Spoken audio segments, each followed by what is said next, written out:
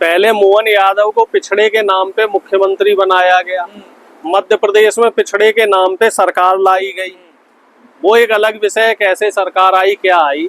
लेकिन जब एक पिछड़ा वहां मुख्यमंत्री बना तो 2 साल तो वो मोहन यादव जी पिछड़ों को जो 27% आरक्षण कांग्रेस सरकार दे गई थी उसको 27% रोकने के लिए बात नहीं कर रहे थे।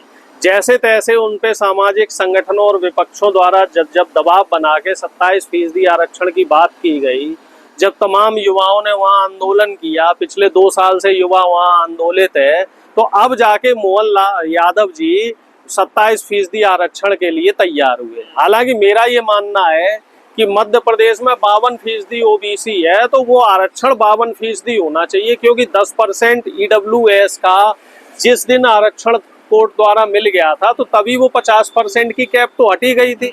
तो अब तो आबादी के हिसाब से आरक्षण मिलना चाहिए। हम लोग तो मोहन यादव जी से ये कह रहे हैं कि आप जब 14% से बढ़ा के 27% आरक्षण कर रहे हो तो उसे थोड़ा और बढ़ा के 52 कर दो।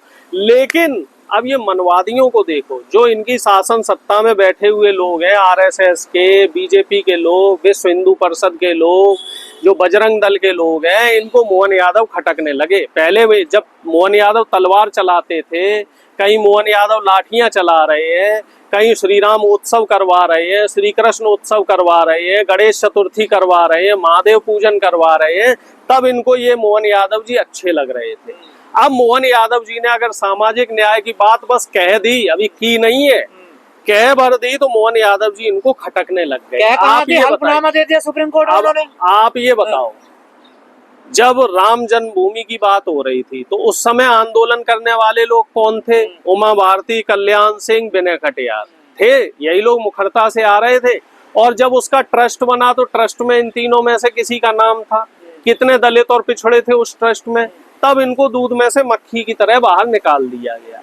तो कुछ इसी तरीके से काम मोहन यादव जी के साथ किया जा रहा है। इनको सिर्फ पिछड़ों के नाम पे आगे प्लांट किया जा रहा है कि उत्तर प्रदेश और बिहार में और तमाम जो हिल्दी बेल्ट है वहां पे पिछड़ों के वोट साधने के लिए मोहन यादव जी को आगे कर दिया जा रहा है। और जब सामाजिक न्याय की बात हो रही है तो मोहन यादव जी को टारगेट पर जातिवादी लोग सोशल मीडिया पे लिख रहे हैं कि जब यादवों को ही बनाओगे सीएम तो ऐसा ही होगा। देखिए ना, नहीं, इससे पहले तो शिवराज चौहान थे, वो तो किरार समाज से आते हैं, वो भी पिछड़े समाज से थे। उन्होंने कौन सा 14% आरक्षण से बढ़ा के 27% किया? और उनको रोक दिया था ना। देखिए, उन्होंने तो 27% से कम करके 14% किया था। वो तो बिल्कुल पिछड़ों के दुश्मन रहे हैं। वो 15 साल मध्य प्रदेश के मुख्यमंत्री जातिवादी लोग बीजेपी से सवाल कर रहे हैं कि यादवों को, पिछड़ों को अगर बनाओगे तो ऐसा ही होगा। नहीं, सवाल तो देखो होंगे, और सवाल सबसे होंगे। सवाल बीजेपी से भी होंगे कि बीजेपी के जो प्रधानमंत्री है वो खुद को पिछड़ा कहते हैं, लेकिन अब तक वो जातिगत जनगणना में ये क्लियर नहीं कर पाए कि जातिगत जनगणना किस तरीके से होगी। लगभग 60% से ज्यादा मुख्यमंत्री पूरे देश भर में इस समय बीजेपी के हैं।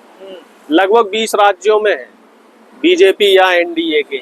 लेकिन क्या सब जगह इन्होंने 27% ओबीसी आरक्षण दिया है? मध्य प्रदेश में नहीं है, झारखंड में अभी इन्होंने नहीं लागू होने दिया, वहां पेच फंसा दिया है।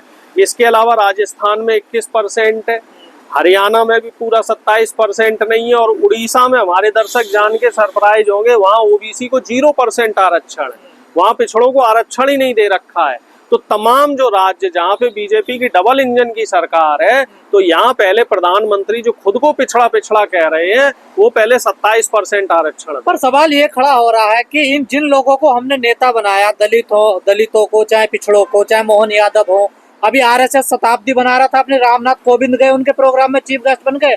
वो कह रहे हैं कि मनुस्मृति से देश में चलेगा, देश संविधान से चलेगा। उन्हीं के नेता, उन्हीं के मंच पर आप उन्हीं की जड़ काटने की बात कर रहे हैं। देखिए आरएसएस की साजिश रही है। पिछले 100 साल से इन लोगों ने कभी भी दलितों और पिछड़ों को आगे नहीं आने दिया। ये तो मजबूरी है कि मजबूरी नहीं, अब आगे आने दे रहे तो आप उन्हीं की जड़ काट रहे हैं। अब मजबूरी बस ये रामनाथ कोविंद, द्रौपदी मुर्मू, मोहन यादव जैसे लोगों को सिर्फ वोट साधने के लिए ये लोग उनको सामने कर देते हैं, और जब ये लोग सामाजिक न्याय के लिए कोई एक कदम उठाते हैं तो उनकी जड़ भी यही मनवादी लोग काटने लग जाते हैं। आप हमें ये बताइए, अगर आरएसएस को इतना ही देश की जनता से प्यार है तो ये लोग पिछले 75 साल से संविधान का विरोध क्यों करते रहे? इन लोगों ने संविधान की प्रतियां क्यों जलाई? चाहे गोलवलकर हो, चाहे हेडगवार हो, चाहे सावरकर हो, ये लोग हमेशा संविधान का विरोध करते रहे और इन्होंने कहा कि हम भारत के संविधान को नहीं मानते जो बाबा साहब भीमराव अम्बेडकर ने बनाया है। तो ऐसे लोग जो देश के संविधान को नहीं मानते, ऐसे लोग जो देश के झंडे को नहीं मानते, ऐसे लोग जिन्होंने हमेशा राष्ट्रगान का अपमान किया, ऐसे लोग जिन्होंने हमेशा देश के महापुरुषों का अपमान किया, ऐसे लोग जिन्होंने हमेशा अंग्रेजों की मुखबरी करी, ऐसे लोगों से हम उम्मीद नहीं कर सकते कि ये दलितों, पिछड़ों और आदिवासियों के, शूद्रों के मुख्यमंत्रियों को, प्रधानमंत्रियों को स्वीकारेंगे। उमा भारती का इन्होंने अपमान किया, कल्याण सिंह का इन्होंने अपमान किया, जगदीप धनखड़ उदाहरण रहे। इनको देखो कैसे मोहन यादव को स्वीकार नहीं कर पा रहे। ये लोग डाइजेस्ट नहीं कर पाते। ये लोग किसी भी शूद्र को, मैं फिर कह रहा हूँ, मेरा फिर इस बात पे विरोध होगा। मैं क्या कह रहा हूँ आपसे, मेरा फिर विरोध होगा इस बात को लेके कि चाहे यादव हो, जाट हो, गुर्जर हो, कुर्मी हो, चाहे लोधी हो, ये भी शूद्रों की कैटेगरी में आते हैं। किसकी दिशा नजर में? आरएसएस की मनवादी विचारधारा के लोगों की नजर में। चाहे वो छूत शूद्र हो या अछूत शूद्र हो, ये जो मनवादी विचारधारा के लोग हैं, इनकी नजर में ये लोग हमेशा खटकते रहते हैं। और बिहार में तो चुनाव चल रहा है, और बिहार चुनाव से पहले अगर इस तरह की घटना हो रही है तो बिहार में क्या संदेश जाएगा? इस्तीफे की मांग हो रही है मोहन यादव के। देखिए मोहन यादव के इस्तीफे की मांग हो रही, लेकिन ऐसे कांड करने के बाद अमित शाह के इस्तीफे की मांग नहीं हो रही। पाकिस्तान के साथ मैच करा दिया तो ये मनवादी लोग अमित शाह से इस्तीफा नहीं मांग रहे। मोहन यादव ने गलत कर दिया क्या? महाजन रिपोर्ट का जिक्र कर दिया उन्होंने, या सुप्रीम कोर्ट में हल्फनामा दे दिया उन्होंने, वो समर्थन में आ गए हैं। दरअसल है क्या, मोहन यादव का जो आरएसएस का कीड़ा था वो मर गया। और कुछ दिनों के लिए जो गुड बैक्टीरिया होते हैं ना, एक आदमी की शरीर में दो तरह के बैक्टीरिया होते हैं, गुड और बैड। तो पहले उनके शरीर में जो बैड बैक्टीरिया थे आरएसएस की पाठशाला वाले, तो वो सक्रिय थे, तो हमेशा हिंदुत्व तो सनातन की बात करते थे। मोहन यादव के वो भी बयान आपने सुने होंगे कि इसमें मध्य प्रदेश में आओगे तो जय श्री राम कहना पड़ेगा, जय श्री कृष्ण कहना पड़ेगा, सनातन परंपरा का निर्वहन करना पड़ेगा। लेकिन अब इनके कुछ दिनों के लिए गुड बैक्टीरिया प्रभावी होने लगे, और वो भी क्योंकि मजबूरी, बस वहाँ का युवा आंदोलन कर रहा है, वहाँ का आदिवासी, पिछड़ा और दलित आंदोलित है। इस वजह से मोहन यादव को मजबूरी में 27% आरक्षण की बात कहनी पड़ी, और बस कहने भर की कहने कहाँ पड़ी, उन्होंने सर्वदलीय बैठक बुलाई, प्रस्ताव पास करवाया, हल्फनामा सुप्रीम कोर्ट में जमा कर दिया। वही तो मैं कह रहा हूँ, लेकिन अभी पारित तो नहीं हुआ। मामला सुप्रीम कोर्ट में है ना, पहुंचा तो, लेकिन अभी पारित तो नहीं हुआ, लागू तो नहीं हुआ, नौकरियां तो नहीं मिली। इतने में ही इन मनवादियों को पेट में दर्द होने लग गया, पेट में मरोड़ होने लग गई, पेट में ऐंठन होने लग गई।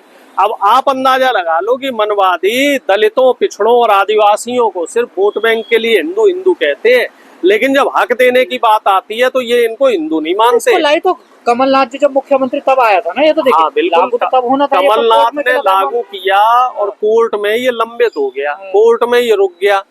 उस समय कमलनाथ जी की सरकार गिर गई। और कोई भी आरक्षण लागू होना होता है तो वो उसमें बहुत सारा जो इन्वॉल्वमेंट है वो केंद्र सरकार का होता है। बहुत सारी ऐसी चीजें होती हैं, पेचीदगी होती हैं जो केंद्र सरकार की बिना रजामंदी के नहीं लागू हो पाती है। तो इस वजह से मोहन यादव जी ने हिम्मत दिखाकर ये काम किया। तो मैं मोहन यादव जी के साथ रहना चाहिए अपने। देखिए, मैं मोहन यादव जी के साथ हूँ, बीइंग यादव होने के नाते, पिछड़ा होने के नाते, संविधान को मानने वाला होने के नाते, सामाजिक न्याय का एक सिपाही होने के नाते, मैं मोहन यादव जी की इस मुहिम में उनके साथ हूँ। और मेरा आपके चैनल के माध्यम से मोहन यादव जी से निवेदन है कि यादव पहले तो कभी अड़ता नहीं, और अड़ गया तो फिर पीछे नहीं होता। अब तो यादव जी, मोहन यादव जी, नाक की बात है, अब इज्जत की बात है, अब आपको पीछे नहीं हटना है। समस्त यादव समाज और समस्त पिछड़ा समाज, और मैं तो कहता हूं समस्त बहुजन समाज आपके साथ है। आप इस 27% आरक्षण को लागू करवाओ, और मध्य प्रदेश की राजनीति नहीं, पूरे देश की राजनीति में एक मील का पत्थर साबित करो कि आरएसएस से जो पिछड़े निकलते हैं, जो मनवादी विचारधारा के बीच में रह के जो पिछड़े समाज के लोग निकलते हैं, वो भी सामाजिक न्याय के योद्धा हो सकते हैं।